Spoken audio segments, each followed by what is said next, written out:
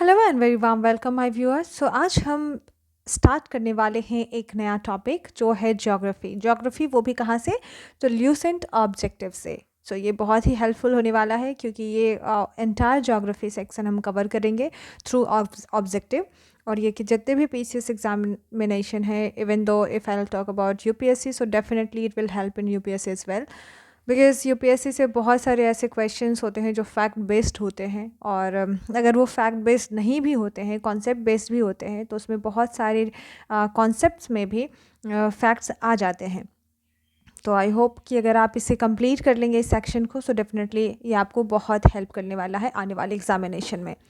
तो let's start without any further delay. So हमारा first question है ज्योग्राफी यानी भूगोल, अर्थ एवं विषय क्षेत्र। पहला क्वेश्चन, भूगोल का जनक किसे कहा जाता है? आंसर है हिकैटियस। हिकैटियस को भूगोल का जनक कहा जाता है। दूसरा है, भूगोल को अलग अध्ययन शास्त्र के रूप में स्थापित करने का श्रेय निम्न में से किस विद्वान को है? तो वह है इराटोस्थेनीस। इराटोस्थेनीस। नेक्स्ट है, भूगोल को के लिए ज्योग्राफिका शब्द का प्रयोग सर्वप्रथम किसने किया था? तो वो है इराटोस्थेनीस ने किया था। नेक्स्ट है, ज्योग्राफी के शाब्दिक अर्थ के आधार पर भूगोल की परिभाषा क्या की गई है? तो भूगोल वह विज्ञान है जो पृथ्वी को धरातल का अध्ययन करता है। ठीक है, नेक्स्ट।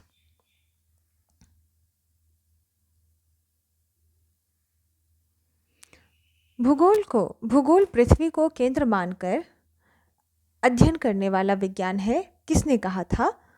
तो इसे कहा था वारेनियस ने। नेक्स्ट है, भूगोल भूतल का अध्ययन है, यह किसने कहा था?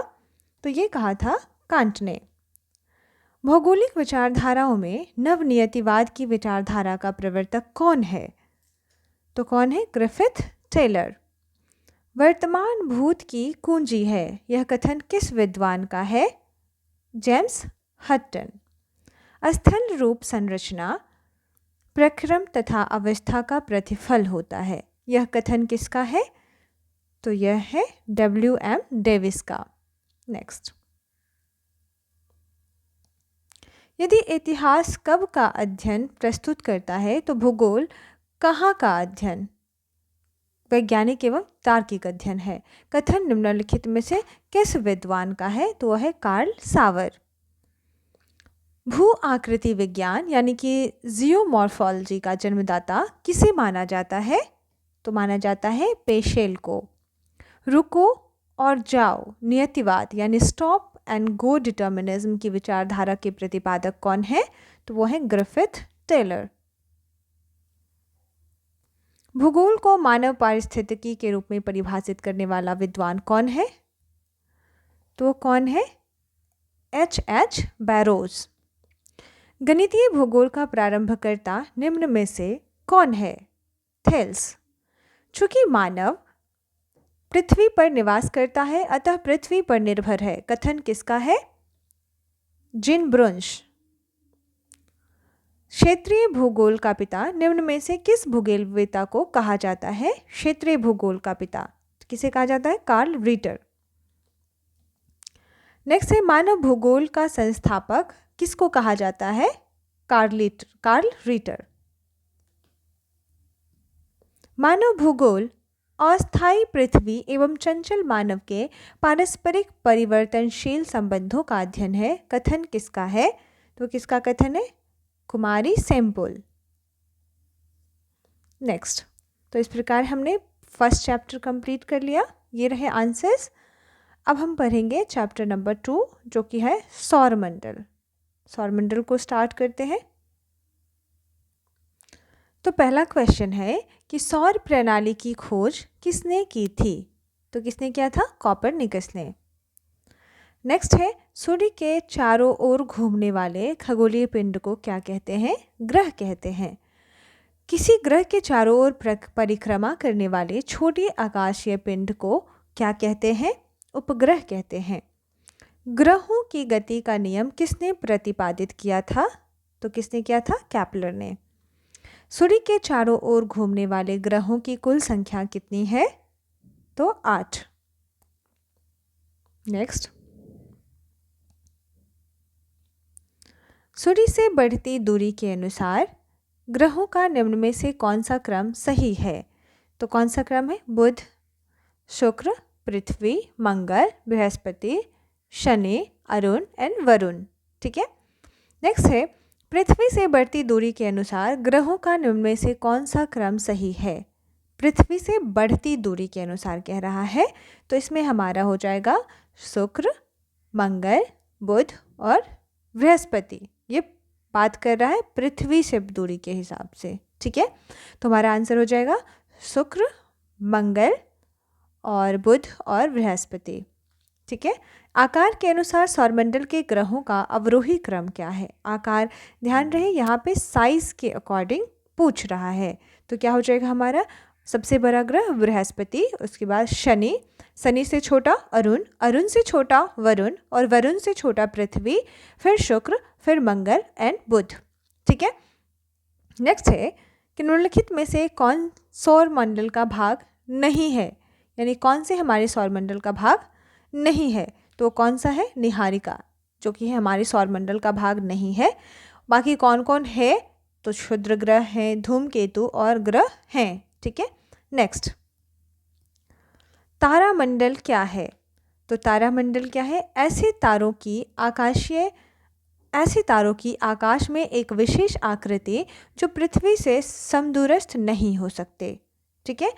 11, अंतरिक्ष में कुल कितने तारामंडल हैं? तो कितने हैं? 89। ठीक है। अब है 12, निक्स ओलंपिया कोलंबस पर्वत किस ग्रह पर स्थित है? तो वो है मंगल ग्रह पर, मार्स पर। ओके। पार्थिव ग्रहों की संख्या कितनी है? तो टोटल 4 पार्थिव ग्रह हैं। ठीक है। नेक्स्ट, आगे बढ़ने से पहले मैं आपको यह समझा दूं कि पार्थिव ग्रह क्या हैं। तो बेसिकली पार्थिव ग्रह वैसे ग्रह कहे जाते हैं जो मुख्य रूप से सिलिकेट चट्टान और धातुओं से बने होते हैं। जैसे कि हम पार्थिव ग्रहों में बुध, शुक्र, पृथ्वी और मंगल को शामिल कर सकते हैं। और इन्हें आंतरिक ग्रह भी कहा जाता है, या फिर इसको इनर प्लैनेट भी कहा जाता है और चट्टानी ग्रह भी कह सकते हैं इसको। ठीक है। नेक्स्ट बढ़ते हैं। पार्थिव ग्रहों की संख्या हमने पढ़ा कितनी है? 4 है। बोल रहा है कि इनमें से कौन एक पार्थिव ग्रह नहीं है। ठीक है।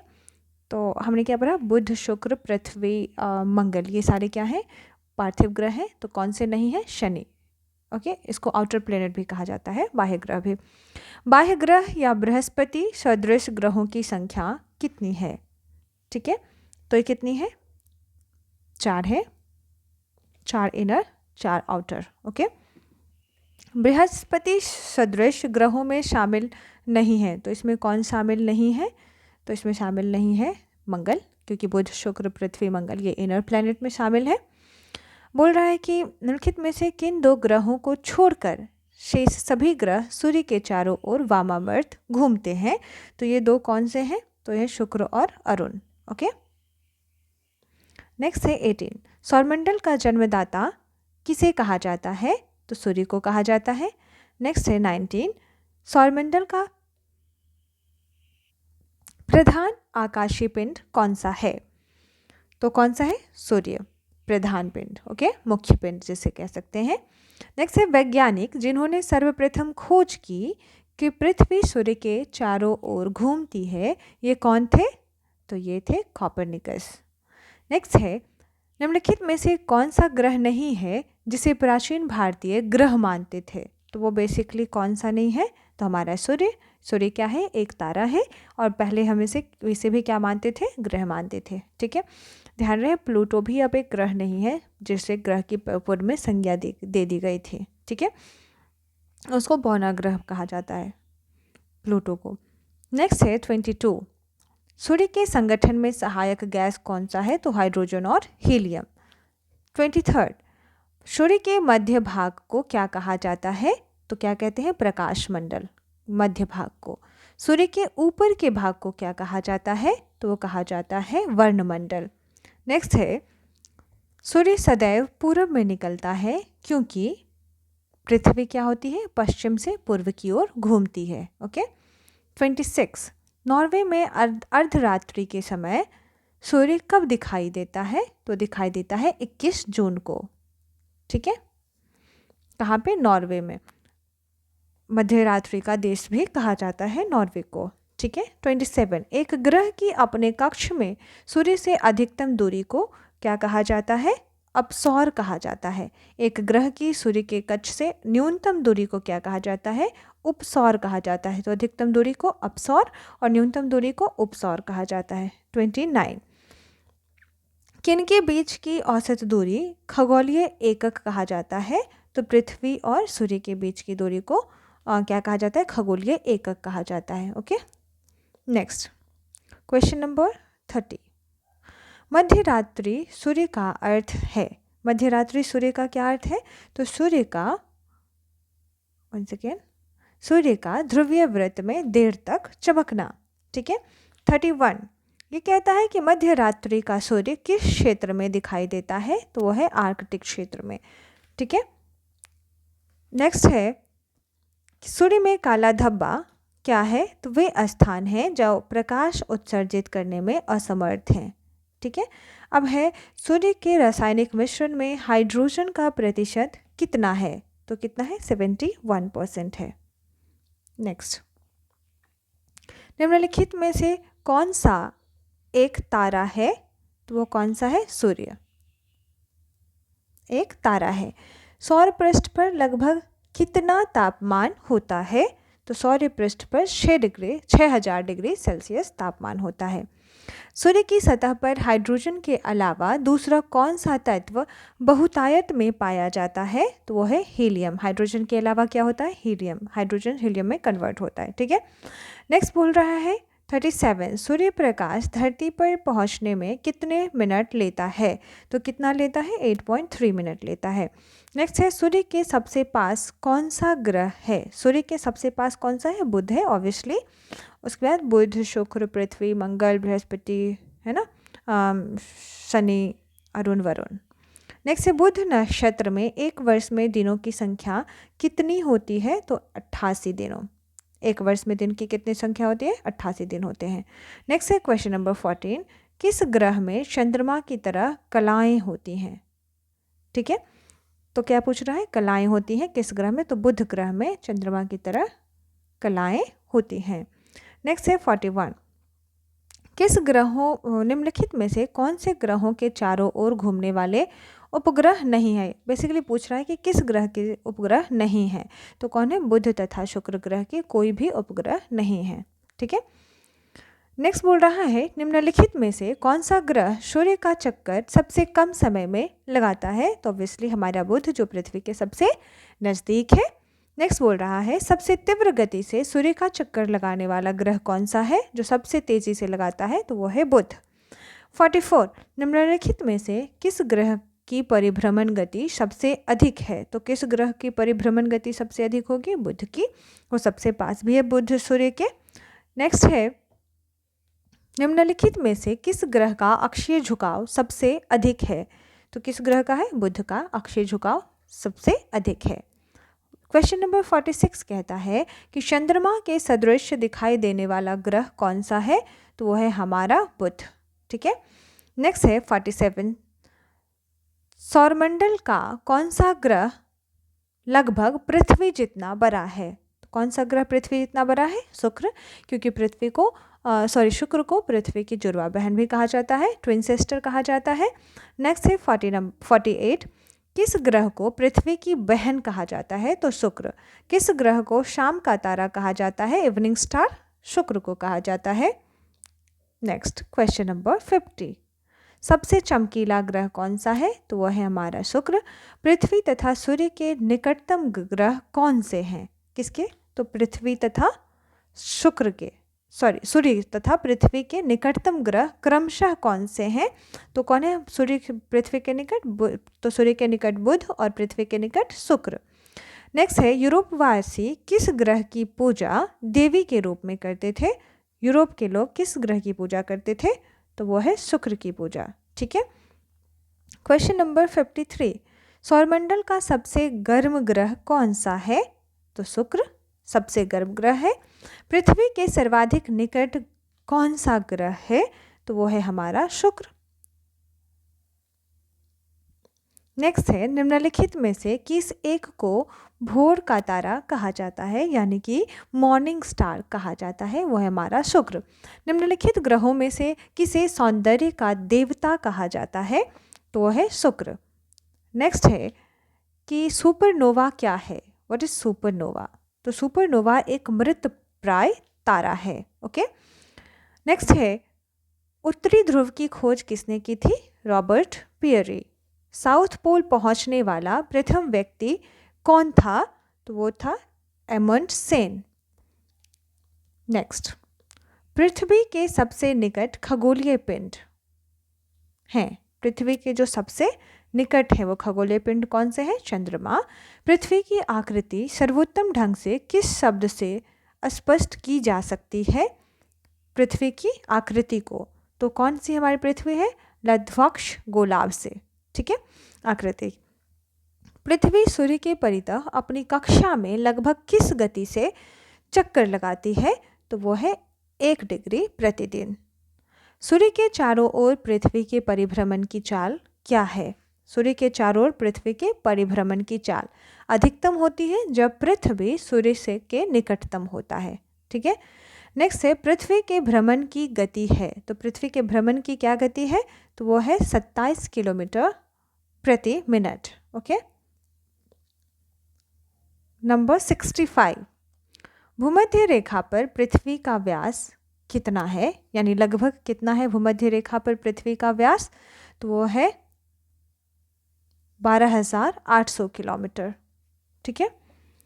नेक्स्ट है, सूर्य की परिक्रमा के दौरान पृथ्वी सूर्य से अधिकतम दूरी पर किस महीने में होती है? तो वो है जुलाई महीने में अधिकतम दूरी पर होती है। ठीक है, कौन? पृथ्वी सूर्य से अधिकतम दूरी पर कहाँ पर होती है? जुलाई महीने में होती है। नेक्स्ट है, पृथ्वी की उपसौर यानी पेरिहिलियन स्थिति किस महीने में होती है? तो वो है जनवरी महीने में। तारे पूरब से पश्चिम किस कारण ज़्यादा दिखते हैं? तारे जो हैं पूरब से पश्चिम में क्या कारण है कि ज़्यादा दिखते हैं? तो कह रहा है कि क्योंकि हमारी पृथ्वी पश्चिम से पूरब की ओर घूमती है, इस वजह से। क्वेश्चन नंबर 69, गुलाब पृथ्वी ध्रुवों पर चपटी होती है, यह इस तथ्य से सिद्ध होता है। वंस अगेन कह रहा है कि गुलाब पृथ्वी ध्रुवों पर चपटी होती है और यह इस तथ्य से सिद्ध होता है, स्पष्ट सिद्ध होता है कि पृथ्वी का भार ध्रुवों पर सर्वाधिक तथा विषुवत रेखा पर न्यूनतम होता है। ठीक है। पृथ्वी अपने अक्ष पर घूमती है तो कितना घूमती है? तो पश्चिम से पूरब की ओर घूमती है। आकार की दृष्टि से सौरमंडल में पृथ्वी का कौन सा स्थान है? किसकी दृष्टि से? आकार की दृष्टि से, तो 5वां है। ठीक है। नेक्स्ट है, मैं आपको ये समझा दूं कि सबसे बड़ा कौन है आकार की दृष्टि से? बृहस्पति है। उसके बाद कौन सा है? शनि। उसके बाद अरुण और फिर वरुण। उसके पश्चात हमारी पृथ्वी और पृथ्वी के पश्चात शुक्र, मंगल और बुध। ठीक है। तो सबसे बड़ा कौन सा हो गया हमारा? बृहस्पति। बृहस्पति के बाद हमारा शनि, क्योंकि ऐसे आप कोट कर सकते हो कि बृहस्पति के बाद क्या आता है? शनिवार आता है। ठीक है।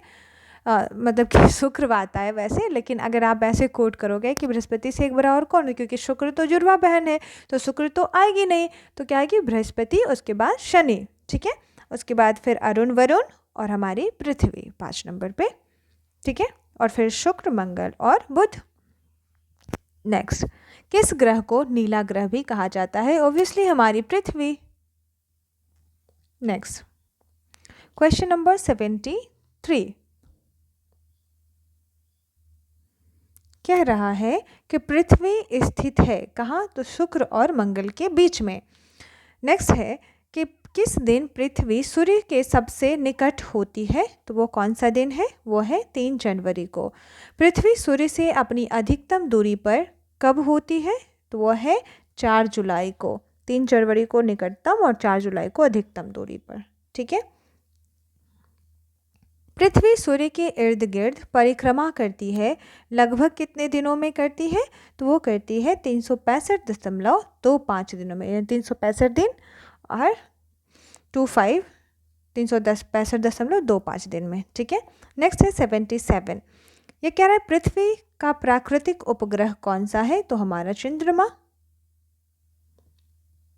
78। दिन व रात होने के कारण, यानी दिन रात होने के क्या कारण हैं, तो क्या कारण है, पृथ्वी का अपने अक्ष पर घूर्णन करना।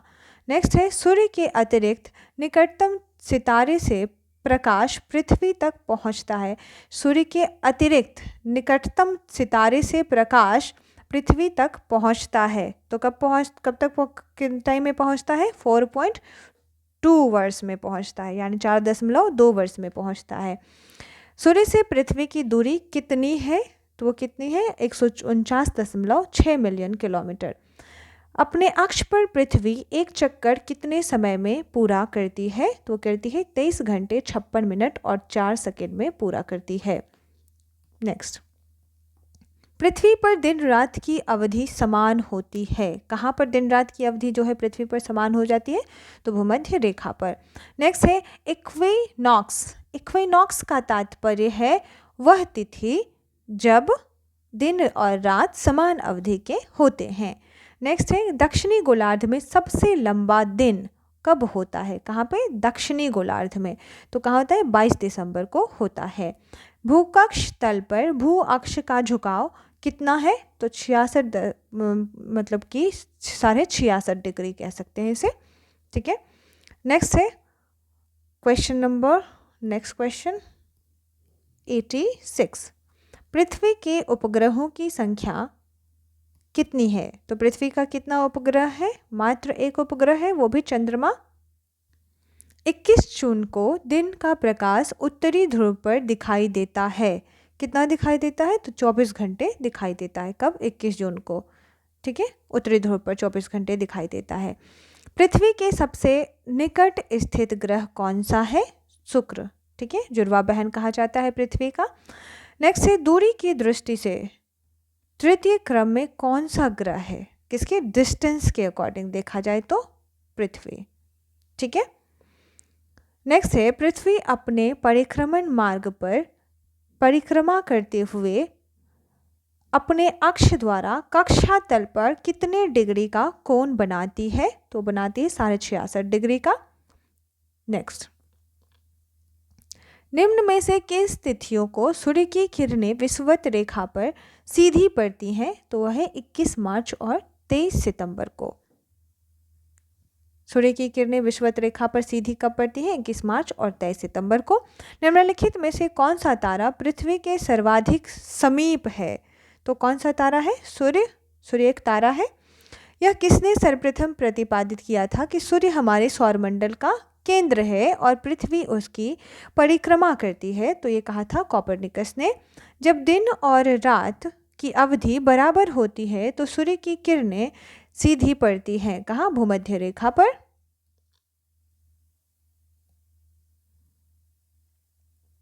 नाइन्टी 95। यदि पृथ्वी एवं अंतरिक्ष के बीच से वायुमंडल हटा हुआ माना जाए तो आसमान का रंग कैसा हो जाएगा, तो काला हो जाएगा, वायुमंडल नहीं रहेगा तो।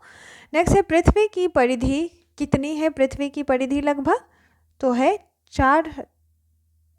40,032 किलोमीटर। पृथ्वी की परिधि कितनी है, 40,032 किलोमीटर। उत्तरी गोलार्ध में वर्ष का सबसे लंबा दिन आमतौर पर कब होता है, तो कब होता है, उत्तरी गोलार्ध में वर्ष का सबसे लंबा दिन आमतौर पर किस दिन होता है उत्तरी गोलार्ध में, तो वो होता है जून महीने का दूसरा पखवाड़ा। मैं आपको ये बात बता दूं, मैं इसलिए यहाँ पे थोड़ा सा रुक गई थी क्योंकि ये सेम क्वेश्चन जो है यूपीएससी में भी पूछा गया है। सेम क्वेश्चन आई थिंक 2023 के क्वेश्चन पेपर में पूछा गया है और उसका यही आंसर था, जून महीने का दूसरा पखवाड़ा। नेक्स्ट है यहाँ लिखा हुआ भी है IAS 2022, एग्जैक्टली IAS 2022 में, क्योंकि मुझे क्वेश्चन ध्यान आ रहे थे कि मैंने ये क्वेश्चन यूपीएससी में पढ़ा था, तो इस वजह से थोड़ा सा मैं उधर ऊपर जा पा रही थी। तो ये 2020 में पूछा गया है, ये यहाँ पे लिखा हुआ भी है, ठीक है। अब है 98। किस तिथि को उत्तरी गोलार्ध में सबसे छोटा दिन होता है, तो कब होता है, 22 दिसंबर को। नेक्स्ट है ध्रुवों पर दिन की अवधि होती है, ध्रुवों पर दिन की अवधि कितनी होती है? 6 माह की होती है। नेक्स्ट, निम्नलिखित में से किस ग्रह का औसत घनत्व सबसे अधिक है? औसत घनत्व की बात कर रहा है तो सब ध्यान रहे, सबसे ज़्यादा औसत घनत्व जो है पृथ्वी का है। ठीक है, किसने सबसे पहले पृथ्वी की परिधि को मापा? तो किसने मापा? इरेटोस्थनीज ने मापा था। नेक्स्ट है, पृथ्वी का ध्रुवीय व्यास उसके विषुवतीय व्यास से कितना कम है? किसका? तो पृथ्वी का ध्रुवीय व्यास, यानी पृथ्वी जो है इसका जो ध्रुव का जो व्यास है इसके विषुवतीय व्यास से कितना कम है, ये पूछ रहा है क्वेश्चन में। तो ये कितना है? 43 किलोमीटर कम है। ठीक है, नेक्स्ट है, पृथ्वी का विषुवतीय व्यास लगभग कितना है? तो पृथ्वी का विषुवतीय व्यास कितना है? 12,750 किलोमीटर। वहीं पृथ्वी के को उसके काल्पनिक अक्ष पर घूमने को क्या कहते हैं? पृथ्वी जो अपने काल्पनिक अक्ष पर घूमती है उसे क्या कहते हैं? घूर्णन कहते हैं। नेक्स्ट है 105 कि पृथ्वी की अपनी कक्षा में गति कैसे होती है? तो पश्चिम से पूर्व की ओर होती है, इसलिए अधिकांश तारे हमें दिखाई देते हैं। नेक्स्ट, पूर्व की ओर। नेक्स्ट है, पृथ्वी तथा सूर्य के मध्य सर्वाधिक दूरी किसके दौरान होती है? तो किसके दौरान होती है? अपसौर के दौरान। ठीक है, सर्वाधिक दूरी हो जाती है पृथ्वी और सूर्य के बीच अपसौर के दौरान, और निकटतम दूरी क्या कहलाती है? उपसौर कहलाती है। नाउ क्वेश्चन नंबर 107, ऋतुएं निम्नलिखित के कारण होती हैं। तो किसके कारण होती हैं ऋतुएं? सूर्य के चारों ओर पृथ्वी के परिक्रमण के कारण होती हैं। पृथ्वी से आकार में छोटा ग्रह कौन सा है? तो शुक्र और मंगल है। नेक्स्ट है 109, निम्नलिखित में से किसने पहली बार कहा कि पृथ्वी गोल है? ये किसने कहा था सबसे पहले? एरिस्टोटल ने कहा था। नेक्स्ट है, पृथ्वी की धुरी है, पृथ्वी की धुरी क्या है? झुकी हुई है। ठीक है, पृथ्वी के अतिरिक्त किस ग्रह पर वायुमंडल पाया जाता है? तो वह है मंगल ग्रह पर। यहाँ पे हम देखते हैं जीवन की संभावनाएं तलाश रहे हैं, है ना? तो इसलिए मॉम मिशन और मार्स मिशन बहुत सारा हमने लॉन्च भी किया है। नेक्स्ट है 112, लाल रंग का दिखाई देने वाला ग्रह कौन सा है? तो वह है हमारा मंगल। मंगल को हम क्या कहते हैं? लाल ग्रह कहते हैं। 113, पृथ्वी के अतिरिक्त किस ग्रह पर ऋतु परिवर्तन संभव है? तो ऑब्वियसली जहाँ वायुमंडल है वहीं ऋतु परिवर्तन होगा। ठीक है, तो मंगल है हमारा, यही हम जीवन की संभावना को भी देख रहे हैं। नेक्स्ट है 114, पृथ्वी के अतिरिक्त किस ग्रह पर मानव उपस्थिति की संभावना है? तो वह है हमारा मंगल। नेक्स्ट है कि प्रथम बार मंगल ग्रह पर उतरने वाला अंतरिक्ष यान कौन सा है? मंगल ग्रह पर उतरने वाला हमारा क्या है? Path finder. ये भी पूछा गया यूपीएससी में, पाथ फाइंडर। किसमें पृथ्वी के अलावा अन्य जीवन की संभावना है क्योंकि वहाँ का पर्यावरण जीवन के लिए अनुकूल है? ठीक है, तो कौन सा है हमारा? मंगल। 117, एक ग्रह के दिन का मान और उसके अक्ष का झुकाव लगभग पृथ्वी के मान और झुकाव के तुल्य है, तो वह कौन सा है? मंगल के विषय में कह रहा है। ठीक है, सौरमंडल का सबसे छोटा उपग्रह कौन सा है? सबसे छोटा उपग्रह सौरमंडल का वो कौन सा है? डिमोस। ठीक है, डिमोस किसका है? आपने सुना होगा फोबोस और डिमोस, है ना? तो किसका है ये फोबोस और डिमोस उपग्रह? तो ये मंगल ग्रह के उपग्रह हैं, फोबोस और डिमोस। जनरली फोबोस का मतलब होता है फोबोस यानी फोबिया यानी डर, और डिमोस का मतलब होता है खौफ। ठीक है, नेक्स्ट है 119, रात्रि को आकाश में कौन सा ग्रह लाल दिखाई देता है? वह है हमारा मंगल। सौरमंडल में सबसे बड़ा ग्रह कौन सा है? तो हमने बताया था आपको, बृहस्पति है हमारे। बृहस्पति पर ग्रह पर लाल धब्बे किस संकेत के सूचक माने जाते हैं? तो अशांत बादल के। ठीक है, 122, यूएसए ने किस ग्रह की खोज के लिए गैलीलियो नामक अंतरिक्ष यान क्या किया है? भेजा है। गैलीलियो नामक अंतरिक्ष यान भेजा। किस ग्रह की खोज के लिए भेजा इसने, तो बृहस्पति ग्रह की। नेक्स्ट है मैगलन अभियान किस ग्रह से संबंधित है, मैगलन अभियान किससे संबंधित है, बृहस्पति से। नेक्स्ट है शूमेकर लेवी 9 धूमकेतु किस ग्रह से टकराया था, शूमेकर लेवी 9 धूमकेतु किस ग्रह से टकरा गया था, तो वो टकरा गया था बृहस्पति ग्रह से। नेक्स्ट है कि सूर्य के इर्द गिर्द परिक्रमा निम्न में से कौन ग्रह अधिक करने में अधिकतम समय लेता है। एक्चुअली ये सबसे बड़ा भी है साइज में, तो सूर्य के इर्द गिर्द परिक्रमा करने में सबसे अधिकतम समय कौन लेता है, तो यह लेता है हमारा बृहस्पति।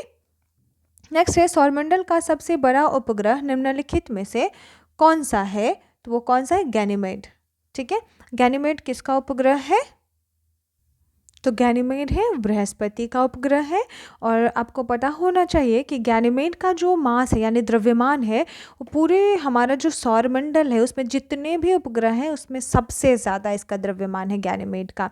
और नासा ने क्या किया था, जूनो अंतरिक्षयान भेजा था। नासा का जूनो अंतरिक्षयान जो है उसने क्या किया था, गैनीमेड का तस्वीर भेजा था इसके बारे में। और बृहस्पति के और भी बड़े बड़े उपग्रह हैं जिसमें कि यूरोपा, गैनीमेड और कैलिस्टो, ये सारे, और लो, ये सारे जो हैं इनको गैलीलियन उपग्रह भी कहा जाता है। ठीक है, नेक्स्ट है ग्रहों, निम्नलिखित ग्रहों में से किसके चारों ओर वलय की बात कर रहा है कि किसके चारों ओर वलय हैं, तो वो है शनि। शनि के चारों ओर छल्ले हैं यानी वलय हैं। ठीक है, शनि के चारों ओर वलयों की संख्या कितनी है, तो कुल 7 हैं जिन्हें ABCDEFG से डिनोट किया जाता है। और ये जो वलय हैं होते हैं बेसिकली ये क्या होते हैं, बर्फ़ और धूल के कण से बने होते हैं। और ऑब्वियसली इसका छल्ला बहुत विशाल होता है लेकिन पतला होता है। ठीक है, ना क्वेश्चन नंबर 128। 128 क्या है, बोल रहा है कि नासा ने किससे संबंधित मिशन का नाम जूनो है, यानी कि नासा के कौन से मिशन, किससे संबंधित मिशन है जिसका नाम जूनो है, तो मैंने अभी आपको बताया था वो बृहस्पति है। और इसी ने गैनीमेड की तस्वीर भेजा था, जूनो मिशन ने ही। ठीक है, नेक्स्ट है सौरमंडल के बड़े उपग्रहों में से एक टाइटन निम्न में से किसका उपग्रह है, तो टाइटन है शनि का उपग्रह। नेक्स्ट है कि शनि उपग्रह के वायुमंडल में निम्नलिखित में से कौन सी गैस सबसे अधिक मात्रा में पाई जाती है, कौन सी गैस पाई जाती है, तो मीथेन। शनि ग्रह के वायुमंडल में सबसे अधिक मात्रा में मीथेन गैस पाई जाती है। नेक्स्ट है 133, वन सेकेंड। शनि ग्रह को सर्वप्रथम किस खगोल शास्त्री ने देखा था, तो वो देखा था गैलीलियो ने। नंगी आंखों द्वारा दिखने वाला सबसे दूर का ग्रह है जो नंगी आंखों से देखा जा सकता है, तो वो कौन है, शनि। शनि ग्रह के चारों ओर पाए जाने वाले वलयों की संख्या कितनी है, अभी अभी हमने आपको बताया ये कितनी है, 7 है। निम्नलिखित में से किस ग्रह का घनत्व सबसे कम है, तो सबसे ज़्यादा मैंने क्या बताया था, पृथ्वी का, और सबसे कम किसका है, तो शनि का। ध्यान रहे, सबसे कम घनत्व शनि और सबसे ज़्यादा पृथ्वी। ठीक है, नेक्स्ट है सौरमंडल का दूसरा सबसे बड़ा ग्रह कौन सा है, तो दूसरा सबसे बड़ा ग्रह है हमारा शनि। ठीक है, बृहस्पति के बाद शनि, हमने आपको याद करवाया था ना। और पृथ्वी कितने नंबर पे आ रही थी, 5वें नंबर पे। ठीक है, आकार के अनुसार। तो हमने आपसे क्या कहा था, एक बार रिमाइंड करा देती हूँ आपको। तो सबसे बड़ा ग्रह कौन है हमारा, बृहस्पति है। उसके बाद कौन सा है, शनि। उसके बाद अरुण, वरुण, और 5वीं हमारी पृथ्वी। यानी कि बृहस्पति, शनि, यूरेनस, नेपच्यून एंड पृथ्वी। ठीक है, पृथ्वी के बाद कौन थी हमारा पृथ्वी की जुड़वा प्लैनेट जो है वो शुक्र, उसके बाद मंगल और फिर बुध। तो इस प्रकार हमने पढ़ा था। ओके, नेक्स्ट हम देखते हैं, तो दूसरा हमारा कौन सा हो गया यहाँ पे, शनि। ओके, नेक्स्ट है नाउ क्वेश्चन नंबर 136। 136 क्या कहता है कि शनि यानी कि सैटर्न ग्रह का सबसे बड़ा उपग्रह कौन सा है, टाइटन। निम्न में से किस ग्रह के चारों ओर स्पष्ट वलय हैं, तो किसके चारों ओर है, शनि के। वलयों की संख्या टोटल 7। ठीक है, यूरेनस की खोज किसने की थी, तो वो क्या था, हर्शेल ने। यूरेनस की खोज किसने, यूरेनस यानी अरुण की खोज किसने की थी, हर्शेल ने। नेक्स्ट है 139। कौन सा ग्रह सर्वाधिक गैसों से घिरा हुआ है? तो वो कौन सा है? यूरेनस। यूरेनस के कुल कितने उपग्रह हैं? तो टोटल 27 उपग्रह हैं। सबसे ज़्यादा उपग्रह किसके हैं? तो इस विषय में थोड़ा सा कंपटीशन चलता है बृहस्पति और शनि दोनों में। तो सौरमंडल का सबसे छोटा ग्रह कौन सा है? तो सौरमंडल के का सबसे छोटा ग्रह हमारा बुध है। ठीक है, नेक्स्ट है 151। निम्नलिखित में से कौन सा ग्रह सूर्य और पृथ्वी दोनों से सर्वाधिक दूरी पर स्थित है? यानी सूर्य से भी और पृथ्वी से ही भी काफ़ी दूर पर स्थित है। तो वह है हमारा नेपच्यून। ठीक है, Arun, Varun, Uranus and Neptune सबसे अंतिम है। वर्ष दीर्घतम होता है कहाँ पे? तो नेपच्यून पर। सौरमंडल का बाह्यतम ग्रह कौन सा है? बाह्यतम ग्रह कौन सा है? हमारा नेपच्यून है।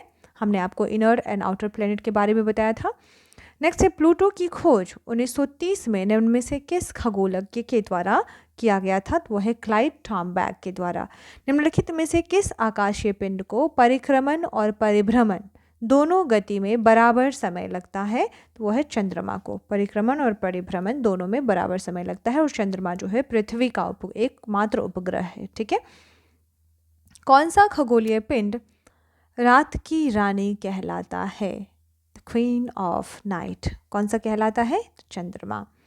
पृथ्वी से दिखने वाली चंद्रमा की सतह उसकी कुल सतह का कितना प्रतिशत है? यानी कि जो भी पार्ट हम चंद्रमा का पृथ्वी से देखते हैं वह उसके कुल पार्ट का कितना हिस्सा हम देख पाते हैं? तो 59 पार्ट, यानी आधा ही हम देख पाते हैं, आधा से ज़्यादा देख पाते हैं। बाकी वो जो रेस्ट जो होता है वो पीछे की तरफ होता है, जो हमेशा अंधेरे में ढका होता है। ठीक है, ओझल होता है। नेक्स्ट है क्लेवियस निम्नलिखित में से क्या है? तो क्लेवियस क्या है? चंद्रमा पर स्थित सबसे बड़ा क्रेटर है। ध्यान रहे, क्रेटर क्या होता है? गड्ढा, बड़े बड़े गड्ढे उसकी सतह पे जो होते हैं। ठीक है, इस टाइप से गड्ढे, ये गड्ढे हो गए। नेक्स्ट है पृथ्वी एवं चंद्रमा के बीच स्थित अंतरिक्ष को किस नाम से जाना जाता है? जो पृथ्वी एवं चंद्रमा के बीच स्थित है तो वो क्या है? सिसलूनर। ध्यान रहे, सिसलूनर। निम्नलिखित में से कौन सूर्य का ग्रह नहीं है? कौन सूर्य का ग्रह नहीं है? तो वो कौन सा है? चंद्रमा।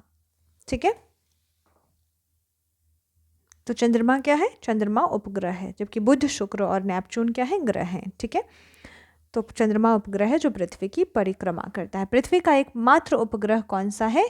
हमारा चंद्रमा, यानी कि रात की रानी। ठीक है, शांत समुद्र और तूफानों का महासागर निम्न में से क्या कह रहा है? कि शांत समुद्र और तूफानों का महासागर निम्न में से कहाँ स्थित है? तो चंद्रमा पर। सी ऑफ ट्रंक्विलिटी कहाँ पर है? तो वो कहाँ पे है? सी ऑफ ट्रंक्विलिटी चंद्रमा पर। चंद्रमा पृथ्वी का एक चक्कर लगभग कितने दिनों में लगाता है? तो 27.3 दिन में लगाता है। चंद्रमा से पृथ्वी तक प्रकाश के पहुंचने में लगने वाला समय कितना है? तो 2 सेकेंड से भी कम। नेक्स्ट है निम्नलिखित में से किस आकाशीय पिंड को पृथ्वी पुत्र कहा जाता है? तो वो कहा जाता है चंद्रमा को। क्या कहा जाता है? पृथ्वी पुत्र कहा जाता है और रात की रानी कहा जाता है। पृथ्वी का द्रव्यमान कितना है? लगभग तो सूर्य के द्रव्यमान का 1000वां भाग है। आकाश का सबसे चमकदार तारा कौन सा है? तो वो है सीरियस। क्या है? आकाश का सबसे चमकदार तारा, बहुत सीरियस तारा है ये। नेक्स्ट है 169। हैली धूमकेतु का आवर्तकाल होता है, कितना होता है? 76 वर्ष। हैली धूमकेतु। ठीक है, धूमकेतु क्या होते हैं? तो धूमकेतु जो है वो बर्फ, धूल, पत्थर और गैस से बने पिंड होते हैं, बड़े बड़े पिंड होते हैं। और ये क्या करते हैं? सूर्य का परिक्रमा करते हैं। और इनकी ना लंबी पूँछ होते हैं, मतलब इसकी पूँछ लंबी होती है और इनका सिर चमकदार होता है और इनकी पूँछ जो होती है वो सदैव सूर्य से परे होती है। ठीक है, और इनका एक मतलब निश्चित पथ होता है जो वलयाकार होता है, और ये एक बार ही वो मात्र एक बार ही दिखाई देते हैं, ठीक है। और फिर क्या होता है कि इनको बेसिकली ना सौरमंडल निर्माण के अवशेष, मतलब जो बचा हुआ हिस्सा जो होता है अवशेष, उसको वो माना जाता है। और अगर हैली धूमकेतु की बात करें जिसके बारे में हम अभी पढ़ रहे थे, तो ये क्या है, एक ऐसा धूमकेतु है जिसको नंगी आंखों से हम साफ साफ देख सकते हैं, ठीक है। बाकी अगर पूछेगा कि धूमकेतु का अंत कैसे होता है, तो धूमकेतु का अंत होता है कि जब वो सूर्य में अगर गिर जाए या फिर किसी भी प्लैनेट से जाके या अन्य पिंड से जाकर ये टकरा जाए तो उसका अंत हो जाता है, ठीक है। नेक्स्ट है, सूर्य को छोड़कर पृथ्वी के सर्वाधिक निकट तारे के प्रकाश को पृथ्वी तक आने में कितना समय लगता है? तो कितना समय लगता है? 4.5 वर्ष लगता है। क्या बोला है कि सूर्य को छोड़कर, यहाँ इसमें सूर्य शामिल नहीं है, ठीक है।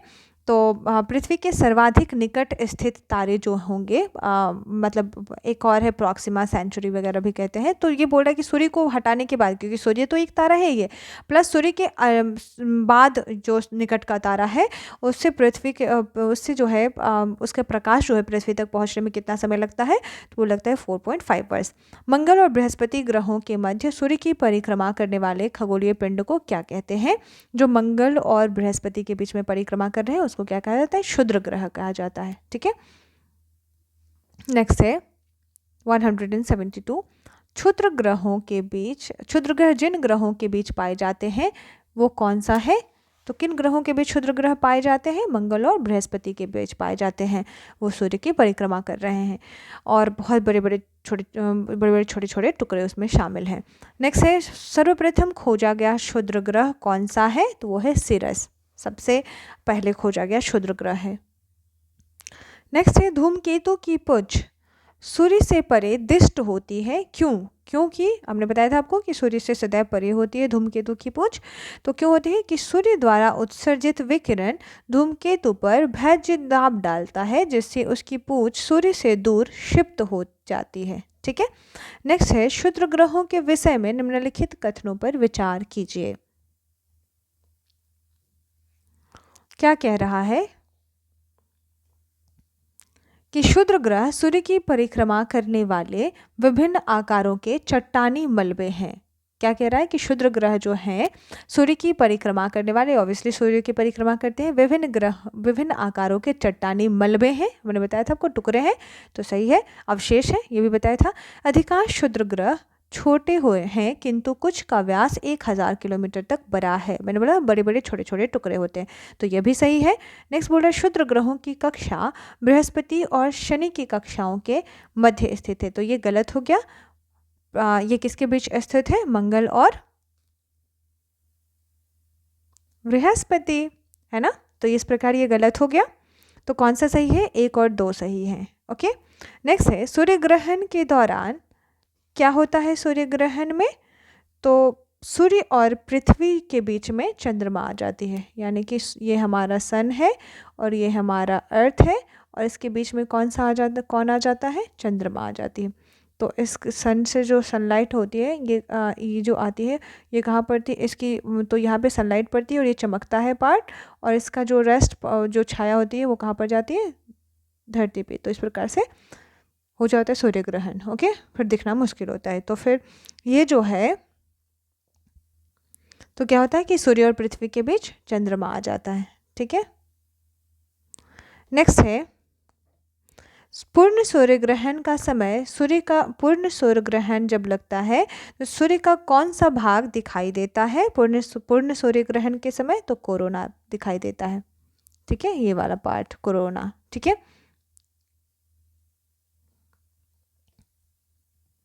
नेक्स्ट है, सूर्य ग्रहण के दौरान, ये तो हमने पढ़ लिया ना, पूर्ण सूर्य ग्रहण भी पढ़ लिया हमने। 178 पढ़ते हैं अब हम। 178 कहता है कि सूर्य ग्रहण निम्नलिखित में से किस स्थिति में पड़ता है? तो जब पृथ्वी और सूर्य के बीच में चंद्रमा आ जाती है, ठीक है। ये सन, ये अर्थ और ये हो गया चंद्रमा, ठीक है। तो तब क्या हो जाता है?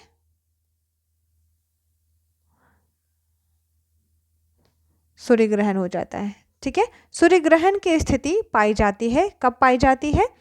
तो जब चंद्रमा जब पृथ्वी चंद्रमा और सूर्य के बीच में आ जाती है, क्वेश्चन मतलब ऑप्शन दे रहा है ये, तो ये गलत हो गया। क्यों? क्योंकि सूर्य और अर्थ के बीच में चंद्रमा आ जाती है, ना कि अर्थ के आ जाती है बीच में। ठीक है, तो ये पहला गलत हो गया। दूसरा बोल रहा है कि जब चंद्रमा सूर्य और पृथ्वी के बीच आ जाता है, ऑब्वियसली ये सही है क्योंकि चंद्रमा बीच में आता है, ना कि पृथ्वी। यहाँ पृथ्वी कह रहा था इसलिए गलत हो गया, चंद्रमा आती है बीच में। जब अमावस्या का दिन होता है, ऑब्वियसली जब अमावस्या होता है, ठीक है, पूर्णिमा का दिन गलत। तो ये कौन सा सही है? 2 और 3 सही हैं, 179। ठीक है, अब हम पढ़ते हैं 180। एक कैलेंडर वर्ष में अधिक से अधिक कितने ग्रहण हो सकते हैं? एक कैलेंडर वर्ष में तो अधिकतम 7 ग्रहण हो सकता है।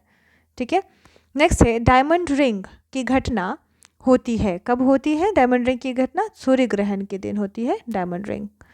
ठीक है, उसका जो ये वाला पार्ट दिखाई देता है, बीच वाला वो नहीं दिखाता, तो इसको ही डायमंड रिंग कहा जाता है। नेक्स्ट है सिजगी। सिजगी क्या है? तो सिजगी सूर्य और पृथ्वी तथा चंद्रमा की एक सीधी रेखा में स्थिति जो है उसे सिजगी कहते हैं। नेक्स्ट है चंद्र ग्रहण का क्या कारण है? तो चंद्र ग्रहण का कारण है सूर्य एवं चंद्रमा के बीच पृथ्वी का आ जाना। तो सूर्य ग्रहण में क्या होता था कि ये हमारा सन होता था और ये हमारा अर्थ होता था, इसके बीच में चंद्रमा आ जाता था। ठीक है, मून आ जाता था, तो ये सूर्य ग्रहण हो जाता था। लेकिन यहाँ पे बोल रहा है चंद्र ग्रहण, तो चंद्र ग्रहण में क्या होता है? ये हमारा सन और ये हमारा मून और इसके बीच में अर्थ आ जाता था, तो ये फिर चंद्र ग्रहण की स्थिति हो जाती है। ठीक है, नेक्स्ट 184। चंद्र ग्रहण घटित होता है, कब होता है? तो पूर्णिमा के दिन, और सूर्य ग्रहण अमावस्या के दिन। नेक्स्ट है सूची 1 को सूची 2 के साथ सुमेलित कीजिए।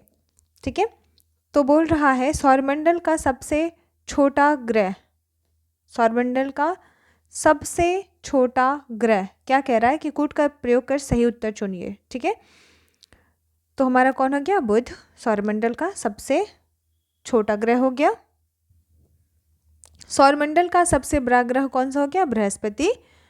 उसके बाद कह रहा है सौरमंडल में सूर्य से दूसरे स्थान पर ग्रह जो है तो वो कौन सा है? हमारा शुक्र।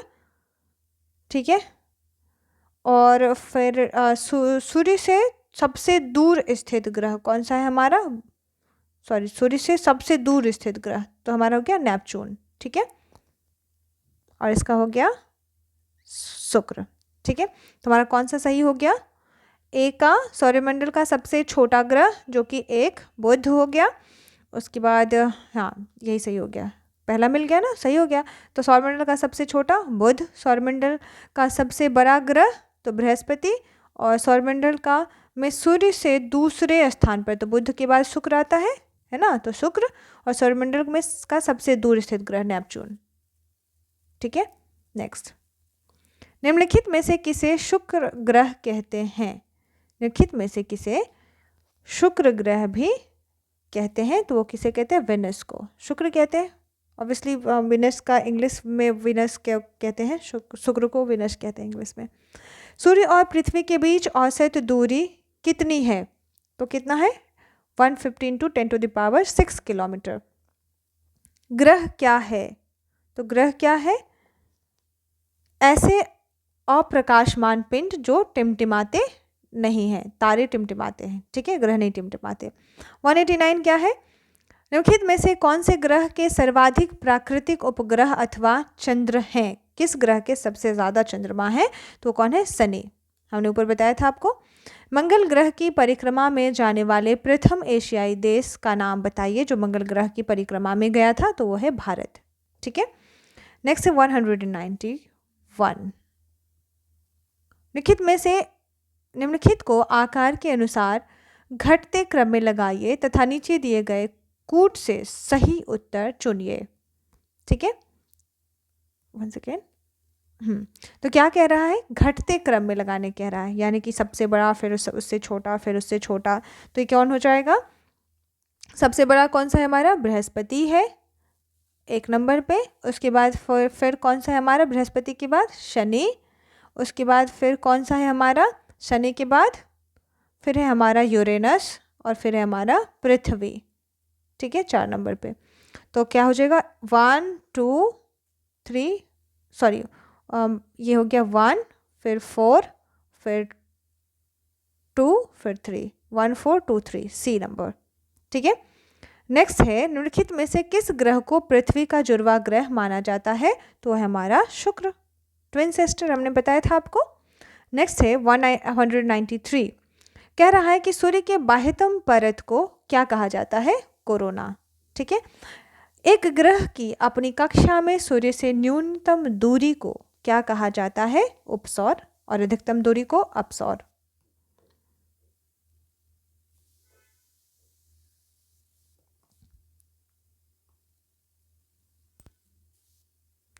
अयनांत तथा विषुव के संबंध में दिए गए जोरों में से कौन सा सही नहीं है, यानी कि कौन सा गलत है, ये पूछ रहा है। तो 21 मार्च भूमध्य रेखा पर, 22 दिसंबर मकर रेखा पर सही है, 21 जून कर्क रेखा पर सही है, 23 सितंबर उत्तर ध्रुव पर। ठीक है, तो ये गलत हो गया। 23 सितंबर में हमारे यहाँ ऑलमोस्ट ठंड आने वाली स्थिति होती है ना। तो उस समय जो होता है, क्या हो जाता है, सूर्य किधर चल जाता है, किधर की ओर मुख कर लेता है? दक्षिणी ध्रुव की ओर मुख कर लेता है। ठीक है, दक्षिण की ओर, दक्षिणी गोलार्ध में। तो इस वजह से तो ये डी गलत है। ठीक है, बोल रहा है 196, उत्तरी गोलार्ध के संदर्भ में निम्नलिखित कथनों में से कौन सा सही है? उत्तरी गोलार्ध के संबंध में पूछ रहा है, तो कौन सा सही है? तो बसंत विषुव 21 मार्च को होता है, तो ये सही है। नेक्स्ट बोल रहा है उत्तरी अयनांत 22 दिसंबर को होता है, ये गलत है। और फिर कह रहा है कि शरद विषुव 23 सितंबर को होता है, ये सही है। शरद विषुव जो होता है 23 सितंबर को होता है, दक्षिणायन के सूर्य को गलत। तो कौन सा सही है हमारा? 1 और 3 सही है। 196 का 1 और 3 सही है। ओके, नेक्स्ट 197, नाउ क्वेश्चन है कि निम्न में से किस वैज्ञानिक ने यह सिद्ध किया कि सूर्य के चारों ओर प्रत्येक नक्षत्र का मार्ग दीर्घवृत्ताकार है? किसने यह सिद्ध किया था? तो ये किया था केपलर ने। ओके, 198 कहता है कि सौरमंडल का हेलियोसेंट्रिक मॉडल सर्वप्रथम किसके द्वारा प्रस्तुत किया गया था? तो ये किया गया था कोपरनिकस के द्वारा। ठीक है, हेलियोसेंट्रिक मॉडल। नेक्स्ट है 199, ब्लू मून क्या है? तो ब्लू मून क्या है? तो महीने में आने वाला दूसरा पूरा चांद ब्लू मून कहलाता है। नेक्स्ट है टाइटन किस ग्रह का उपग्रह है? तो ऑब्वियसली नेपच्यून। अब आप ये बताओ मुझे कि यहाँ पे अलग क्या है, क्या यहाँ पे आपको बहुत ज़्यादा नोट करने की ज़रूरत है या फोकस करने की ज़रूरत है? नहीं पता चला? बताती हूँ, यह है ट्राइटन। ध्यान रहे क्या है? Triton, TRITON, Triton. ठीक है, तो ट्राइटन जो है वरुण का, यानी कि नेपच्यून का नेपच्यून का उपग्रह है। ठीक है, और ये वरुण के सभी उपग्रह में सबसे बड़ा है ट्राइटन। ठीक है, ओके। नेक्स्ट अगर हम बात करें, और इसका भी अपना पतला वायुमंडल है, इसमें नाइट्रोजन के साथ साथ मीथेन और कार्बन मोनोऑक्साइड भी मौजूद है इस ग्रह में। ठीक है, ट्राइटन वरुण का कह सकते हैं कि इकलौता उपग्रह है जो अपने गुरुत्वाकर्षण खिंचाव से अपना आकार गोल कर चुका है। ठीक है, और अगर इसकी बात करें कि तो इसकी परिक्रमण कक्षा जो है वो वरुण की भूमध्य रेखा के सापेक्ष बहुत झुकी हुई है। ओके, और नासा इससे रिलेटेड एक बहुत फैक्ट बताती हूँ आपको कि नासा ने ट्राइटन पर लैंडर भेजने की योजना बनाई थी, इसलिए इस लैंडर का नाम ट्राइटन हॉफर था। चलो अब इसकी बात करते हैं, बट दूसरा क्या इंपॉर्टेंट होगा? ये तो ट्राइटन है, लेकिन टाइटन एक आता है टाइटन। ठीक है, टाइटन जो है वो किसका है उपग्रह? शनि का है, सबसे बड़ा उपग्रह माना जाता है टाइटन। ठीक है, किसका? तो शनि का उपग्रह टाइटन कहा जाता है। तो जैसे ट्राइटन जो था, इट मीन्स ट्राइटन जो वरुण का सबसे बड़ा उपग्रह था, उसी प्रकार टाइटन जो है वो शनि का सबसे बड़ा उपग्रह है। ठीक है, और ये कह सकते हैं कि और सौरमंडल का दूसरा सबसे बड़ा उपग्रह है। ठीक है, और टाइटन पर जो शनि का उपग्रह टाइटन है, इसके बारे में भी कुछ फैक्ट जानना है आपको, तो बताती हूँ कि टाइटन पर बादल और बहुत घना वायुमंडल है, और इसमें जो टाइटन जो है ना उस पे जो है लिक्विड मिथेन की झील पाई जाती है टाइटन पर, ठीक है। और इसकी सतह पर नाइट्रोजन पाया जाता है। और यह कोई भी वस्तु जो है टाइटन के बारे में अगर बात करें, और अच्छा एक चीज़ और बताती हूँ कि प्राकृतिक उपग्रह किसको कहते हैं, नेचुरल प्लेनेट किसको कहा जाता है, आई थिंक नेचुरल सैटेलाइट कह सकते हैं, या चंद्रमा जिस प्रकार से उपग्रह है तो किसको कहते हैं। तो कहते हैं कि कोई भी वस्तु जो किसी ग्रह के चारों ओर घूमती है उसको क्या कहते हैं, उपग्रह कहते हैं। तो वही है, वैसे ही एक प्राकृतिक उपग्रह कौन है, चंद्रमा। तो उसी प्रकार जो है शनि का उपग्रह कौन सा है, टाइटन है, ठीक है। तो ये कुछ कुछ एक्स्ट्रा चीज़ें जो मेरे माइंड में आती हो मैं आपसे डिस्कस कर देती हूँ ताकि आपको रिकॉल हो जाए चीज़ें। ऑब्वियसली पता तो सबको होता है, ठीक है। तो प्लूटो के चांद का नाम क्या है, 201 हम पढ़ेंगे कि प्लूटो का भी तो चंद्रमा है ना, यानी कि उसके उपग्रह है ना, तो उसका क्या नाम है, तो उसको चेरॉन कहा जाता है, ठीक है। अब है उर्सा मेजर अथवा बिगर बियर, एक प्रकार का क्या है, तो नक्षत्र मंडल है। उर्जा मेजर और बिग बेयर ये क्या है, एक नक्षत्र मंडल है। अब नेक्स्ट, हमारे सौरमंडल के निम्नलिखित में से किस ग्रह का द्रव्यमान न्यूनतम है, द्रव्यमान की बात कर रहा है, तो बुध का द्रव्यमान सबसे न्यूनतम है। सूर्य के सबसे निकटवर्ती 4 ग्रह क्या कहलाते हैं, जो सूर्य के सबसे निकट हैं, तो हमने क्या बोला था आपको, पार्थिव ग्रह, इसका एक्सप्लेनेशन भी किया था हमने, ठीक है। तो वो कौन है, बुध, शुक्र, पृथ्वी और मंगल, ठीक है। नेक्स्ट उसको इनर प्लैनेट भी कहा जाता है, चट्टानी ग्रह भी कहा जाता है उसको। नेक्स्ट है 205 कि कौन सा ग्रह सल्फ्यूरिक एसिड के घने सफ़ेद और पीले बादलों से बना है, तो ये कौन सा ग्रह है, शुक्र ग्रह है।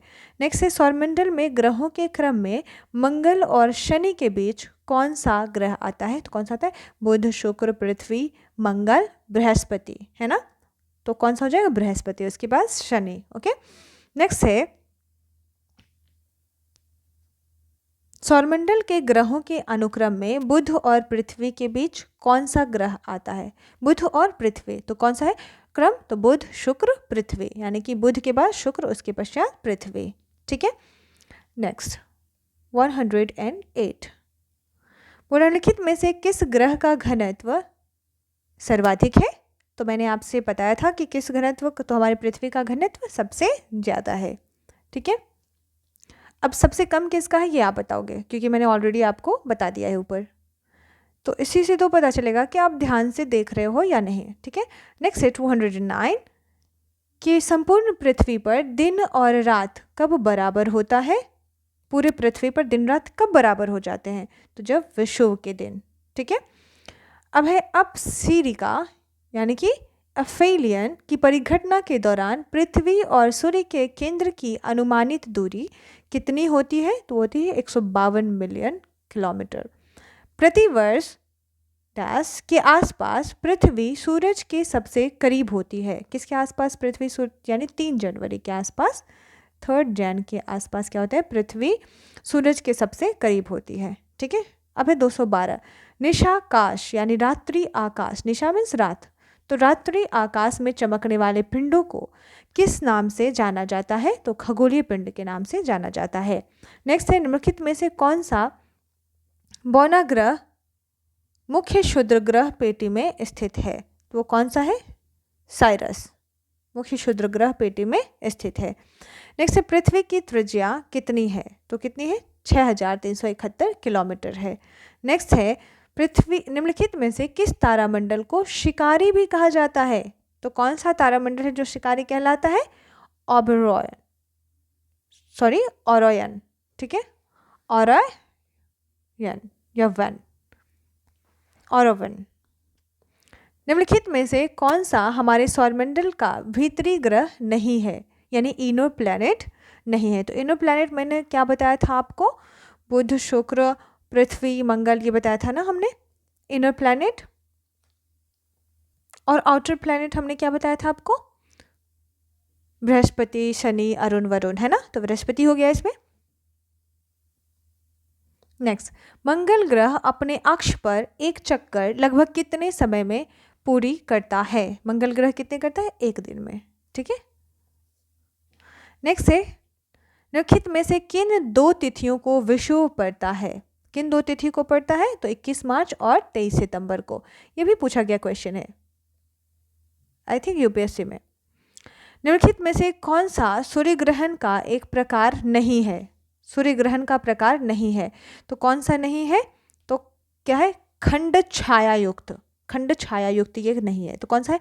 आंशिक सूर्य ग्रहण होता है, पूर्ण सूर्य ग्रहण होता है, वलयाकार सूर्य ग्रहण होता है, लेकिन खंड छाया युक्त सूर्य ग्रहण नहीं होता है। ठीक है, नेक्स्ट है 2020। निम्नलिखित में से किस तिथि पर उत्तरी अयनान यानी कि समर सॉलिस्टिस होता है? तो कहाँ होता है? तो 21 जून को होता है समर सॉलिस्टिस। तो इस प्रकार हमने इस टॉपिक को यानी कि इस चैप्टर को ख़त्म कर लिया। चैप्टर ये आपके आंसर्स हैं, आप इसको इनके स्क्रीनशॉट भी ले सकते हो, इन्हें देखकर रिवाइज भी कर सकते हो। नेक्स्ट है पृथ्वी की आंतरिक संरचना, जो हमारा थर्ड टॉपिक है यानी कि थर्ड चैप्टर है। अब हम इसकी ओर मूव करेंगे, तो एक छोटे से ब्रेक के बाद। चलिए, हो गया 1 मिनट। अब हम स्टार्ट करने वाले हैं पृथ्वी की आंतरिक संरचना से संबंधित क्वेश्चंस। शुरू करते हैं। हमारा पहला क्वेश्चन है, पृथ्वी की आंतरिक संरचना के संबंध में सर्वाधिक महत्वपूर्ण जानकारी का स्रोत क्या है? तो क्या है? भूकंप विज्ञान। ठीक है, नेक्स्ट है, सियाल, सीमा तथा नीफे के रूप में भूगर्भ का विभाजन किसके द्वारा किया गया था? तो स्वेस के द्वारा किया गया था। नेक्स्ट है, पृथ्वी के धरातल से केंद्र की ओर, पृथ्वी के धरातल से केंद्र की ओर निम्नलिखित का सही क्रम क्या होगा? तो क्या होगा? तो पहले हो जाएगा सियाल, फिर हो जाएगा हमारा सीमा और फिर हो जाएगा हमारा nife. Sial, sima and nife, nickel and ferrous iron. ठीक है, नेक्स्ट है, कौन सा कथन निम्नलिखित में से सत्य है?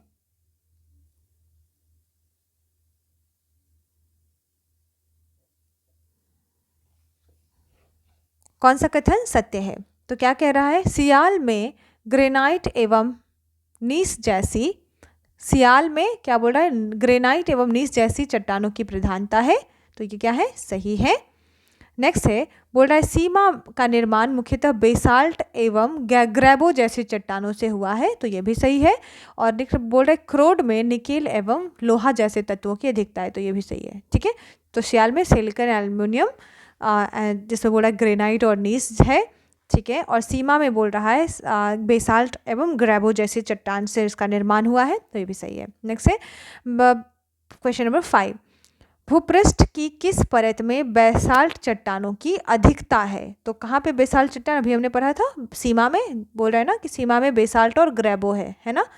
ओके, पृथ्वी के किस भाग में निकेल और लोहा है? नीफे, कहाँ पढ़ा था हमने? नीफे, है ना। नेक्स्ट है, पृथ्वी के सबसे ऊपरी परत के लिए सर्वप्रथम सियाल शब्द का प्रयोग किसने किया था? सियाल शब्द का प्रयोग किसने किया था? स्वेस ने किया था। 8, पृथ्वी की 3 संकेंद्रीय परतों में ऊपर से दूसरी परत का नाम क्या है? तो क्या है? सियाल, फिर सीमा और फिर नीफे, तो बीच में कौन हो गया? ऊपर से दूसरा सीमा और नीफे तीसरा। पृथ्वी के केंद्र में पाए जाने वाला चुंबकीय पदार्थ क्या कहलाता है? तो क्या कहलाता है? निकेल। ठीक है, पृथ्वी के केंद्र में पाए जाने वाला चुंबकीय पदार्थ निकेल कहलाता है। स्वेस ने पृथ्वी के आंतरिक भाग को 3 भागों में बांटा था, उनके विभाजन में क्या नहीं है? तो क्या नहीं है? सियाल है, सीमा है, नीफे है, क्या नहीं है? सबस्ट्रेटम नहीं है। नेक्स्ट है, स्थल मंडल का तात्पर्य क्या है? तो स्थल मंडल यानी कि पृथ्वी की बाह्य पपड़ी। ओके, स्थल मंडल की मोटाई भूकंपीय तरंगों के आधार पर कितनी मापी गई है? तो क्या मापी गई है? 100 किलोमीटर मापी गई है। किसके आधार पर? भूकंपीय तरंगों के आधार पर। निम्नलिखित में से किस परत को बेरिस्फीयर कहा जाता है? तो किसे कहते हैं? पृथ्वी की सबसे आंतरिक परत को बेरिस्फीयर कहा जाता है। नेक्स्ट है 14, धरातल से भूगर्भ की ओर जाने पर गहराई के साथ तापमान वृद्धि की दर क्या है, यानी कि धरातल से जब भूगर्भ की ओर जाते हैं तो गहराई के साथ तापमान जो वृद्धि होता है यानी जो तापमान बढ़ता है तो उस वृद्धि का दर क्या है। तो कह रहा है 1 डिग्री सेल्सियस प्रति 32 मीटर, यानी कि प्रत्येक 32 मीटर जाने पर 1 डिग्री सेल्सियस जो होता है तापमान वृद्धि हो जाती है। ठीक है, नेक्स्ट बोल रहा है 15। पृथ्वी की आंतरिक संरचना के अनुसार भूगर्भ का विभाजन भूपटल, मेंटल तथा कोर में किया गया है। यह विभाजन किसका है? तो ग्रांट का है। निम्नलिखित में से कौन सा कथन असत्य है? असत्य यानी गलत कथन की पहचान करनी है। कह रहा है कि भूपटल यानी कि द क्रस्ट की औसत यानी क्रस्ट की औसत मोटाई लगभग 33 किलोमीटर है, 33 किलोमीटर है। सही है। महाद्वीपीय भाग में भूपटल की मोटाई अधिक होती है ऑब्वियसली, जबकि महासागर में यह छिछला होता है। लगभग 5 किलोमीटर, 5 या 6 किलोमीटर का ही होता है ये, 5 to 6 किलोमीटर। नेक्स्ट है महाद्वीपीय भूपटल मुख्यतः ग्रेनाइट चट्टानों से निर्मित है। यह भी सही है। महासागरीय भूपटल की तुलना में महाद्वीपीय भूपटल का घनत्व अधिक है। यह गलत है। ठीक है, ओके, तो हमने पढ़ लिया 16। अब हम मूव करते हैं क्वेश्चन नंबर 17। महासागरीय सतह का निर्माण किस प्रकार की चट्टानों से हुआ है? तो बेसाल्ट चट्टानों से हुआ है महासागरीय सतह का निर्माण। Question number 18। मेंटल के संबंध में निम्नलिखित में से कौन सा कथन असत्य है? असत्य यानी गलत है मेंटल के बारे में। तो बोल रहा है कि मेंटल जो है इसकी गहराई 35 किलोमीटर से 2900 किलोमीटर तक है। सही है। बोल रहा है कि इसका संपूर्ण भाग प्लास्टिक की अवस्था में है। बहुत गलत। नेक्स्ट बोल रहा है पृथ्वी के आयतन का 83.5% एवं द्रव्यमान का 67.8% भाग मेंटल है। तो ये क्या है? सही है। बोल रहा है इसका घनत्व 3 यानी कि 3 से लेकर 5.5 तक है। तो ये भी सही है। तो कौन सा गलत है? बी गलत है। कह रहा है इसका संपूर्ण कोर मेंटल पढ़ा है ना आपने, क्रस्ट मेंटल कोर, है ना। तो कह रहा है प्लास्टिक का है? ऑब्वियसली नहीं है। ठीक है, तो किस चीज़ का है?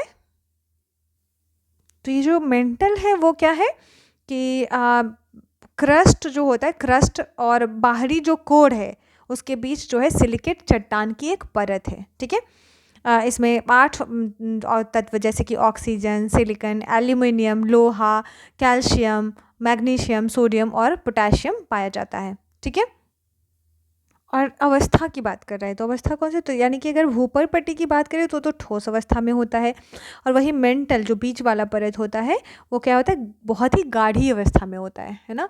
और उसके बाद अगर कोर की बात की जाए तो वो जो है कोर जो होता है बहुत ही मतलब कि निकेल का तरल द्रव्यमान, लोहा और निकेल का तरल द्रव्यमान होता है कोर का बाहरी हिस्सा। ठीक है, नेक्स्ट है स्थल मंडल यानी लिथोस्फीयर में सम्मिलित है।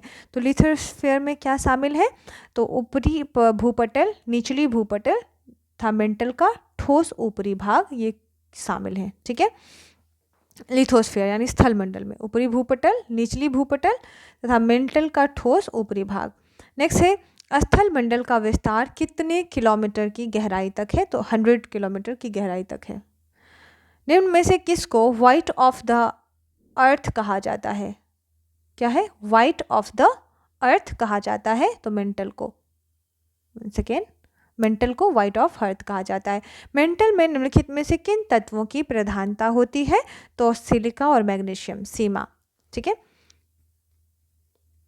नेक्स्ट है पृथ्वी के कुल द्रव्यमान का लगभग कितना प्रतिशत मेंटल में पाया जाता है? यानी पृथ्वी का जो टोटल द्रव्यमान है उसका कितना परसेंट मेंटल में होता है? तो वह है 68%।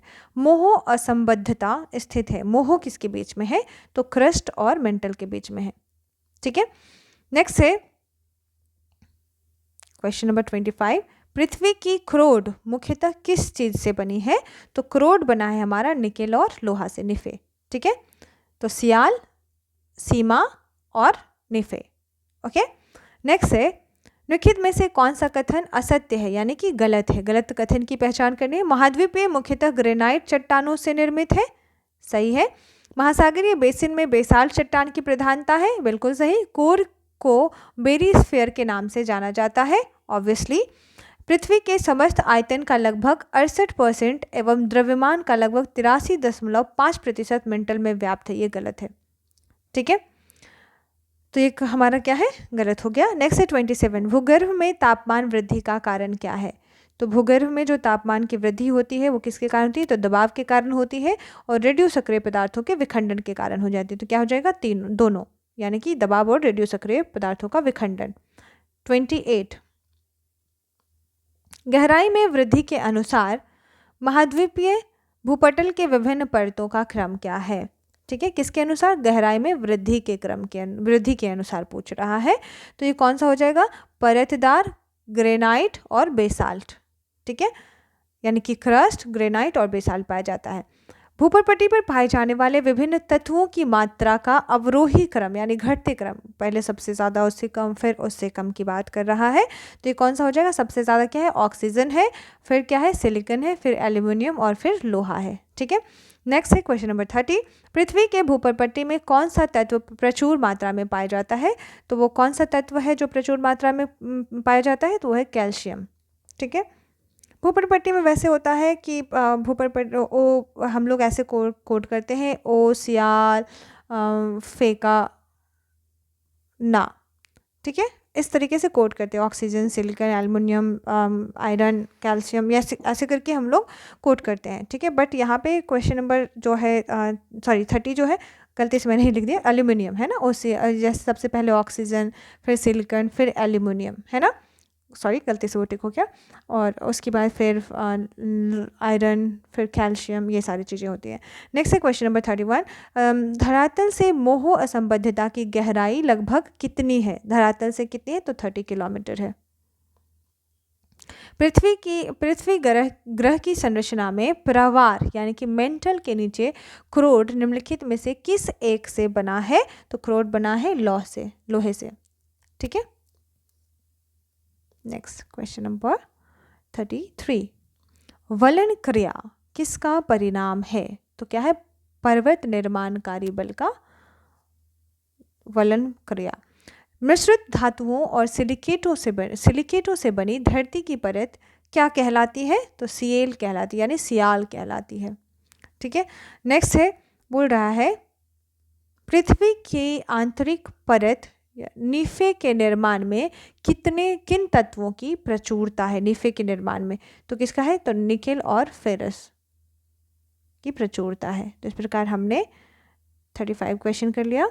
अब है 36, यहाँ पे गुटेनबर्ग असंबद्धता पृथ्वी की किन दो परतों के बीच है। गुटेनबर्ग असंबद्धता तो मेंटल और कोर के बीच में है।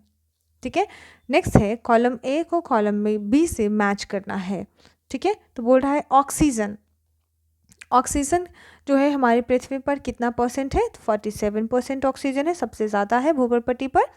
और उसके बाद फिर पूछ रहा है सिलिकॉन, तो सिलिकॉन कौन सा है, तो सिलिकॉन का हो जाएगा 28%, फिर हो जाएगा एल्यूमिनियम 8% और फिर आयरन हो जाएगा 5%।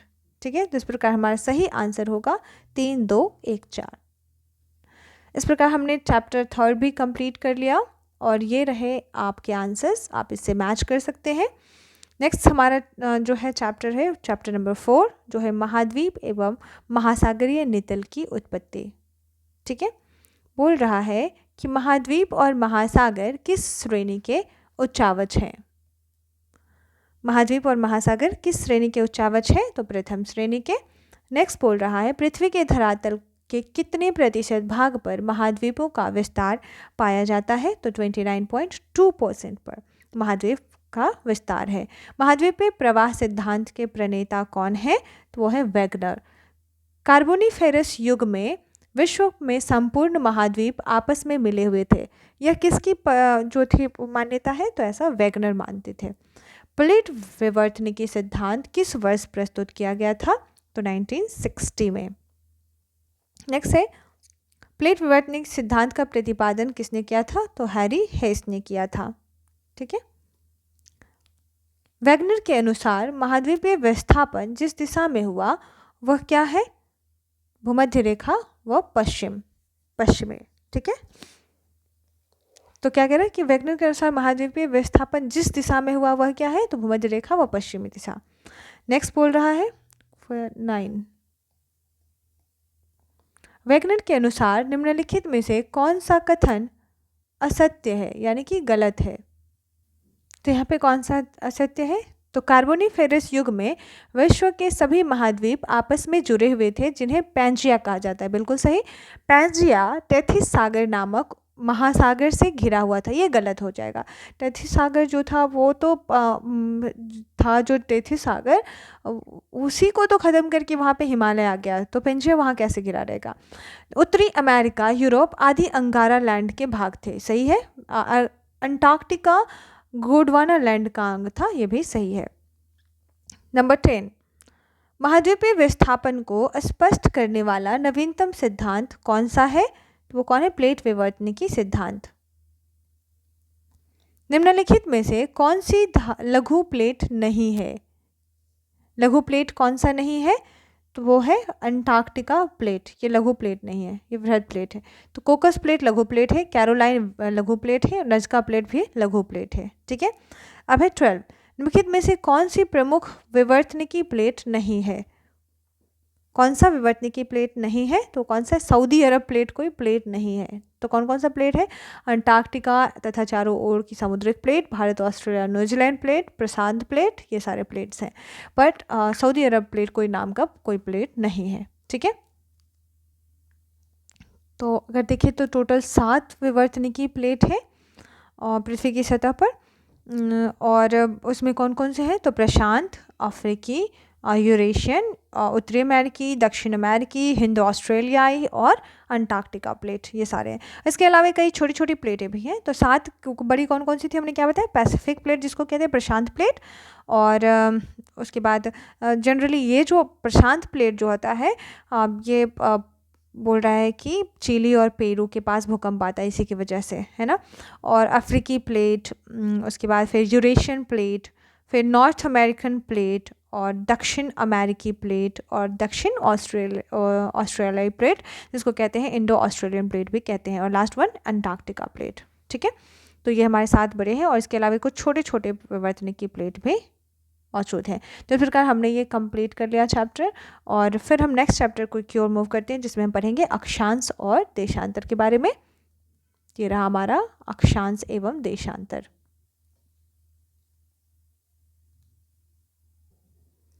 सो गाइस, नेक्स्ट चैप्टर जो हमारा अक्षांश एंड देशांतर है उसे मैं नेक्स्ट वीडियो में आपके साथ कवर करूँगी और चलूँगी आपके साथ एक लंबी जर्नी पे, क्योंकि ये जो टॉपिक जो हमने स्टार्ट किया है, ज्योग्राफी सेक्शन जो हमने स्टार्ट किया है, ये टोटल आई थिंक ल्यूसेंट में 72 चैप्टर्स आते हैं। सो अभी तो हम 1 घंटे में 4 चैप्टर कंप्लीट किए हैं और ये 5वां चैप्टर पे हम आ चुके हैं।